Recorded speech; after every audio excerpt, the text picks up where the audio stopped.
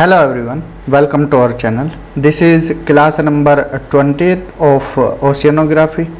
Oceanography में इससे पहले हमने 19 क्लासेस कराए हैं, जिसमें हमने ओशियन के रिलीफ स्ट्रक्चर से, रिलीफ फीचर से संबंधित 5-6 क्लास कराई थी। देन इसके बाद ocean currents, ocean tides, sea waves, marine resources, ocean deposits, जो इम्पोर्टेंट टॉपिक्स थे जो सिलेबस में हैं, वेदर वो यूपीएससी का सिलेबस हो, स्टेट पीसीएस हो, ठीक है, इसमें जो ऑप्शनल आता है उसी के हिसाब से, यूजीसी नेट हो, यूजीसी नेट या फिर असिस्टेंट प्रोफेसर हो, असिस्टेंट प्रोफेसर किसी भी स्टेट का एग्ज़ाम, यहाँ से क्वेश्चंस लगते हैं ओशियनोग्राफी से। तो हमने यहाँ पर 20 क्लासेस में ओशियनोग्राफी कंप्लीट कराई है। तो आज हमारी ये क्लास नंबर 20 है और आज ही हम यहाँ पर ओशियनोग्राफी का एंड करेंगे। आज का हमारा टॉपिक रहने वाले हैं मैरीन पोल्यूशन एंड एक छोटा सा टॉपिक और है सी लेवल चेंज, तो वो भी आज ही करा देंगे और यहाँ पर हम अपना ये ओशियनोग्राफी का वाइंड अप करेंगे। मैरीन पोल्यूशन की बात करें, देखिए ओशियन है, ठीक है, इसमें क्या है, ट्रांसपोर्ट होती है। प्रीवियस क्लास में हमने बताया था जब मैरीन रिसोर्सेज पढ़ा रहे थे।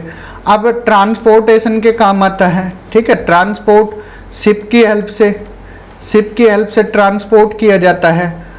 अब देखिए शिप है तो फिर शिप जब चलते हैं तो शिप में जैसे मान लीजिए कुछ ऑयल जा रहा है या कोई और चीज़ें, शिप में लीकेज हो गया तो इसको बोलते हैं ऑयल सीपेज। क्या बोलते हैं इसको? Oil seepage. आपने घटनाएं सुनी होंगी कि यहाँ पर जहाज में लीकेज हुआ या यहाँ पर ऑयल फैल गया, ठीक है, तो ये होता है ऑयल सीपेज। जैसे ये शिप जा रहा है, इसमें कुछ लीकेज हुई तो ये क्या है, यहाँ पर ऑयल इस पर हो गया, ये भी आता है मैरीन पोल्यूशन में। या एसिड रेन, जब जैसे ताजमहल का कलर है, बोलते हैं क्यों इसका कलर कैसा होता जा रहा है, पीला टाइप होता जा रहा है, किसकी वजह से? एसिड रेन की वजह से, ठीक है। जो रेन होती है, रेन में जो हार्मफुल मिनरल्स हैं जैसे सल्फर है, ठीक है, वो मिल जाते हैं, तो इसकी वजह से क्या है, यहाँ पर एसिड रेन होती है। अगर एसिड रेन आपकी स्किन पर पड़ जाए, जिसका पीएच क्या है, कम होता है, एसिडिक होती है। देखिए पीएच अगर कम है तो वो क्या है, एसिडिक होते हैं। 7 से कम है, 7 से कम तो एसिडिक, 7 से ज़्यादा है तो बेसिक होता है। अगर 7 से कम पीएच है, अगर आपकी स्किन पर गिर गया तो आपकी स्किन बर्न होने लगती है, तो ये एसिड रेन है, ठीक है। इसके अलावा जो इंडस्ट्रीज़ हैं कोस्टल एरियाज़ के आसपास, उनका पानी कहाँ, रिवर्स में जाता है, रिवर्स के थ्रू ओशियन में जाता है। तो इंडस्ट्रीज़ और हाउस होल्ड वेस्ट जो भी जाता है, ये सब कहाँ, मैरीन में जाता है, ओशियन में जाता है। तो ये सब किसकी कैटेगरी में आता है, मैरीन पोल्यूशन। इसके अलावा radioactive and medical waste, ये सब कहाँ पर डंप किए जाते हैं, ये ओशियन में ही डंप किए जाते हैं। तो ये था मैरीन पोल्यूशन की। आई होप समझ आया होगा कि मैरीन पोल्यूशन बोलते किसको। यहाँ पर ये लिखा है marine pollution begins from the industrial revolution. कब से ज़्यादा चर्चा में रहा? जब इंडस्ट्रियल रिवॉल्यूशन देखने को मिला था, where the various industries are dumping their waste products into the rivers which are bringing into the sea, ठीक है। देखिए जो इंडस्ट्रियल रिवॉल्यूशन था, जो इंडस्ट्रीज का वेस्ट था, वो कहाँ पर डंप किया जाता था? रिवर्स से फिर कहाँ, सी या ओशियन में।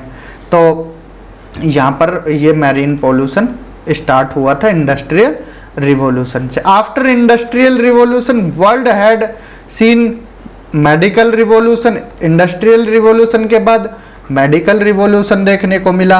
अब मेडिसिनल जो वेस्ट होता है वो भी यहाँ पर ही डंप किया जा रहा है। एंड देन साइंटिफिक रिवॉल्यूशन देखने को मिला। जो टेक्नोलॉजी है, वेस्ट है, वो भी कहाँ, ओशियन में ही डंप किया जाता है, ठीक है। तो ये सारे किसके एग्जाम्पल हैं, मैरीन पोल्यूशन के। Scientific revolution through which we have generated medical and nuclear waste which are entering into the ocean.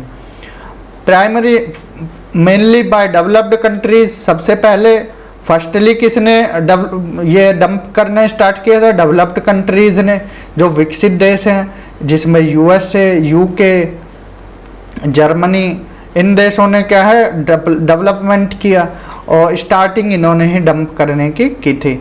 इसके बाद like America, Russia, Europe, and now it is being carried by China and India, and in future it will be carried out by today's under developed countries. देखिए starting की थी किसने, developed countries ने। अब कौन कर रहे हैं, जो डेवलपिंग कंट्रीज हैं, चाइना, इंडिया और जो डेवलपिंग कंट्रीज। आगे इन फ्यूचर में कौन करेंगे, जो अंडर डेवलप्ड कंट्रीज हैं, जब वो डेवलपमेंट स्टेज पर आएंगे तो वो भी फिर डंप करेंगे। Marine pollution means introduction of those toxic substances into an area or the body of an organism which can affect the physical and biological environment along with the quality of the water। अब देखिए इसका नुकसान क्या है, जो marine pollution है इसका नुकसान क्या देखने को मिलता है। देखिए जो भी मैरीन ऑर्गेनिज्म है, मैरीन ऑर्गेनिज्म वो अफेक्ट होंगे, जैसे मछलियां हैं या और अदर फाइटोप्लैंक्टन्स है, ये सब अफेक्ट होते हैं, ठीक है। और जो टेम्परेचर है ओशियन का, उसमें भी क्या है वेरिएशन, वेरी करेगा, ठीक है। पानी इसका कैसा हो जाएगा, पानी गंदा हो जाएगा, तो ये सब इसका क्या है नेगेटिव इफेक्ट है। Marine pollution can be classified in the category of pollution by natural resources and pollution by the human activities. Marine pollution को दो पार्ट में डिवाइड कर सकते हैं, एक नेचुरल रिसोर्सेज से जो पोल्यूशन होता है और एक pollution by the human activities, ठीक है। मैरीन पोल्यूशन को दो पार्ट में डिवाइड किया, नंबर 1 नेचुरल रिसोर्सेज के थ्रू एंड सेकंड वन जो ह्यूमन एक्टिविटीज के थ्रू पोल्यूशन हो रहा है वो।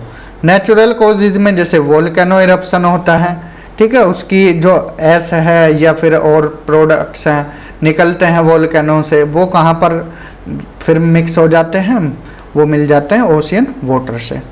Volcanic eruption can produce huge amount of CO2, ठीक है, उससे जो गैसेज निकलती हैं वो सब कहाँ ओशियन वाटर में ही मिक्स हो जाती हैं। Sulphur, methane and oxide of N2 ये सब कहाँ मिल जाती हैं ओशियन वाटर में। तो ये था natural. Pollution is also carried by the anthropogenic activities, जो मैन के द्वारा क्या है, ह्यूमन के द्वारा यहाँ पर जो एक्टिविटीज़ होती है उनके द्वारा जो पोल्यूशन होता है वो आता है एंथ्रोपोजेनिक एक्टिविटीज़ में।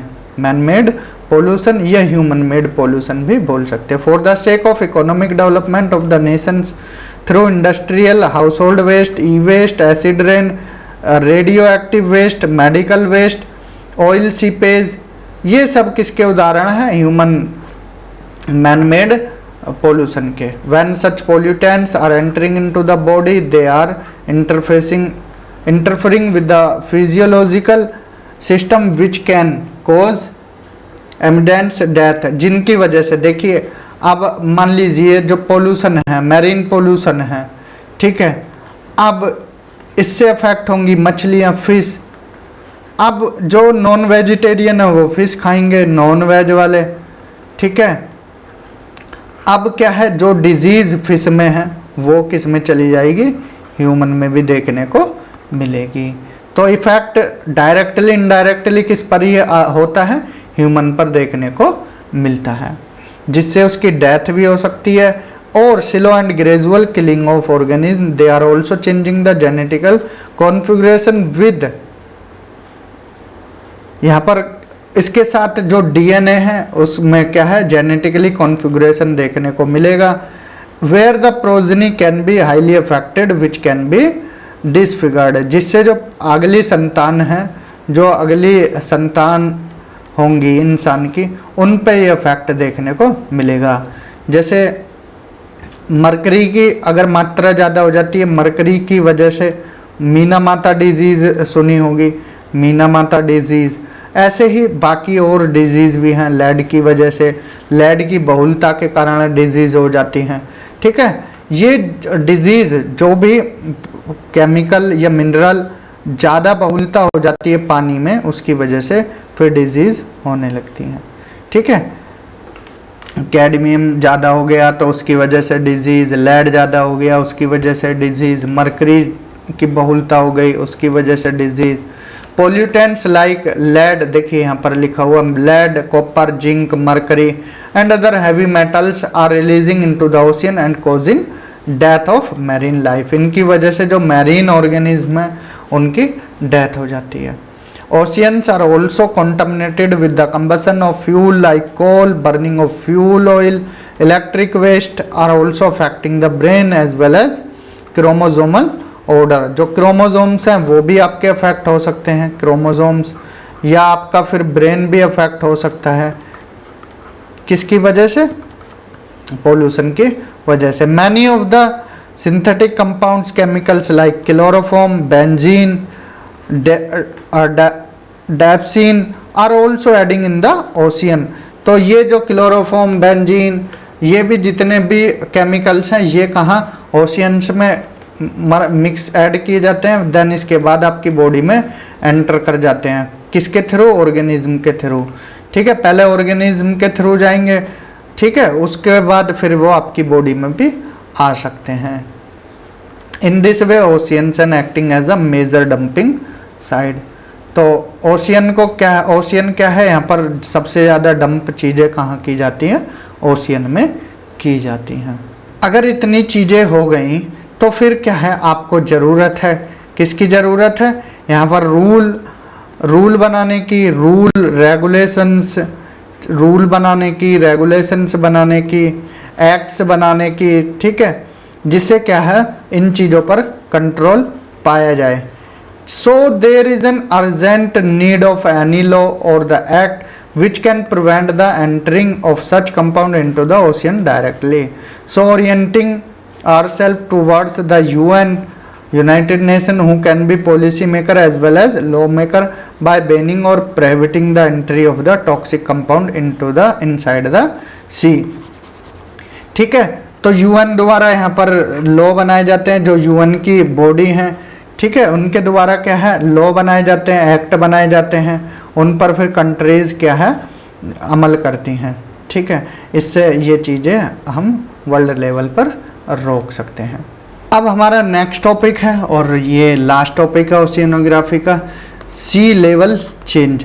देखिए ये यहाँ से एमसीक्यूज बनना बहुत मुश्किल है। सिर्फ ये क्या है, अगर कोई मेंस लिखना चाह रहा है या किसी का ज्योग्राफी ऑप्शनल है तो ये उसके लिए यहाँ पर यूज़फुल हो सकता है, लेकिन ऐसा नहीं है आप बिल्कुल स्किप कर दो कि एमसीक्यू नहीं लगेगा तो हम नहीं देखते, ऐसा कहीं पर लिखा हुआ नहीं है। यहाँ से भी क्वेश्चंस लगने के चांसेस हो सकते हैं। ठीक है, इसलिए क्लास से जुड़े रहें, अभी स्किप ना करें। तो सी लेवल चेंज ये हमारा आज का सेकंड टॉपिक है। सी लेवल चेंज इसका मतलब क्या है? Fluctuating in the sea level is the outcome of several change in the atmosphere as well as over the earth crust since their formation। देखिए सी लेवल चेंज का सीधा मतलब है, ये सी है या ओशियन है, जो ये इसका लेवल है, ठीक है, ये इसका लेवल है।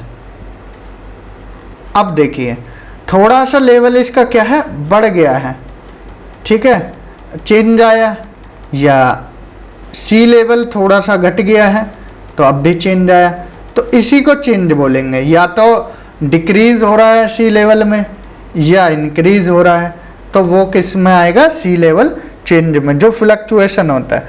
फ्लक्चुएशंस इन द, अब फ्लक्चुएशंस नेगेटिव भी हो सकता है, पॉजिटिव भी हो सकता है। Fluctuations in the sea level is the outcome of several changes in the atmosphere as well as over the earth crust since their formation. Such measurement can be taken out on the basis of changes in oxygen isotopes in the sea water. Sea level is uniform since their inception but the coastal region are showing fluctuation। देखिए जो ये change देखने को मिलता है पूरे ocean में न देखने की वजह ये कोस्टल एरिया पर देखने को ज़्यादा मिलता है। ये कोस्ट वाला एरिया है। देखिए पानी क्या है, पूरी दुनिया का एक तरह से यूनिफॉर्म है। हाइड्रोलॉजिकल साइकिल पढ़ा होगा आपने, हाइड्रोलॉजिकल साइकिल, पानी पहले क्या है इवोपरेट हुआ, इवोपरेट होने के बाद यहाँ पर फिर ऊपर कंडेंस हुआ, कंडेंस होने के बाद प्रेसिपिटेशन हुई, फिर ये फिर से मिल गया। तो ये हाइड्रोलॉजिकल साइकिल क्या है, पानी जितना है उतना ही रहता है, लेकिन चेंजेस कहाँ थे, कोस्ट के आसपास देखने को मिलते हैं। ठीक है, जो चेंजेस देखने को मिलता है कोस्ट के आसपास देखने को मिलता है। जैसे ये ओशियन है, ये सी है, ये मीन सी लेवल है। अब यहाँ पर ये कोस्ट के आसपास थोड़ा पानी यहाँ पर बढ़ा हुआ दिखाई दिया, तो ये क्या है, इसमें इंक्रीज हुआ, पॉजिटिव हो गया, मतलब बढ़ गया पानी।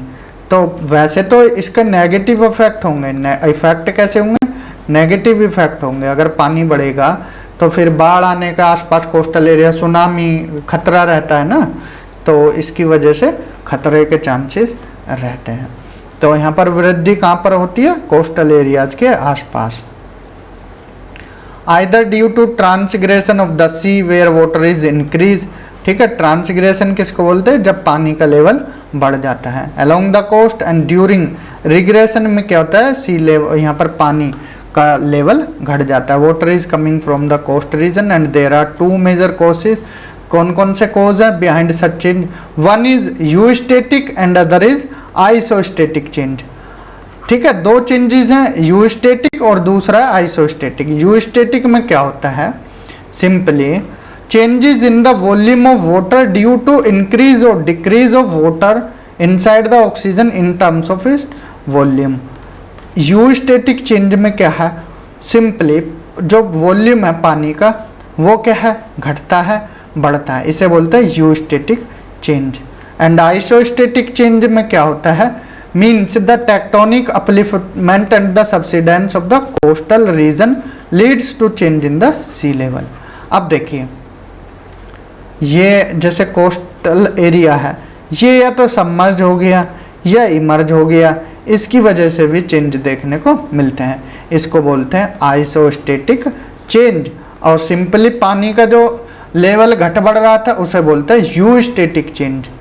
ठीक है, समझ आया, दो तरह से बढ़ सकता है। यूस्टेटिक चेंज, पानी का लेवल घटा बढ़ा, वो यूस्टेटिक चेंज। आइसोस्टेटिक, जो कोस्टल एरिया है सबमर्ज या इमर्ज हुआ, उसको बोलते हैं आइसोस्टेटिक चेंज। कारण क्या क्या हो सकते हैं, causes influencing changes, increase in the volume of water due to excessive precipitation. ज़्यादा बारिश की वजह से, ज़्यादा वर्षा की वजह से पानी का वॉल्यूम बढ़ सकता है। ड्यू टू एक्सेसिव इवोपरेशन, अगर ज़्यादा इवोपरेशन हुआ पानी का लेवल घट सकता है। Increase in surface run of, अगर सरफेस का पानी ज़्यादा ओशियन में जा रहा है तो पानी का लेवल बढ़ सकता है। Melting of ice and global warming, global warming की वजह से और आइस के ज़्यादा पिघलने की वजह से सी लेवल में चेंज देखने को मिलता है, सी लेवल इंक्रीज हो जाता है। And last one, thickening, last but not least, thickening of glacier during ice age. तो जब ग्लेशियर थिक होने लगते हैं आइस एज के दौरान, तो सी लेवल यहाँ पर घटने लगता है। ठीक है, तो ये इनकी वजह से चेंजेस देखने को मिलते हैं ओशियन में। आइसोस्टेटिक चेंज, जैसा कि हमने भी ऊपर बताया, weathering and erosion at the coastal region, either deposition और overloading due to thick sedimentation या movement of surface, either due to subduction और अपलिफ्टमेंट। इनको बोलते हैं जो टेक्टोनिक की वजह से आते हैं, टेक्टोनिक, उनको बोलते हैं आइसोस्टेटिक चेंज। और यूस्टेटिक जो बताया था, यूस्टेटिक जो पानी का लेवल घट बढ़ रहा है उसको यूस्टेटिक बोला है। ठीक है, coastal areas are also going through the process of emergence and submergence. जो कोस्टल एरिया होते हैं वो भी कभी उठान पर रहते हैं, उठ जाते हैं, कभी डाउन भी हो जाते हैं। सी लेवल चेंज अफेक्ट करता है जो ह्यूमन बींग्स की लाइफ्स को, मैरीन ऑर्गेनिज्म को। अब देखिए, जब पानी का लेवल ज़्यादा हो जाएगा तो ह्यूमन अफेक्ट होगा ही होगा, मैरीन ऑर्गेनिज्म भी होंगे, कोस्टल इकोसिस्टम भी इफेक्ट होगा, which ultimately affect the nutrition and food requirement of the habitants, while such changes are also liable to affect the economy during export and import through the ports and harbors। तो इससे क्या है, import export पर भी फर्क पड़ेगा। ठीक है, और जो आसपास का एनवायरनमेंट है वो भी प्रभावित होगा सी लेवल चेंज की वजह से। क्लियर, आज की क्लास में हमने दो टॉपिक देखे हैं, पहला टॉपिक हमने क्या है, मैरीन पोल्यूशन देखा। मैरीन पोल्यूशन के बाद फिर हमने क्या है, सी लेवल चेंज देखा।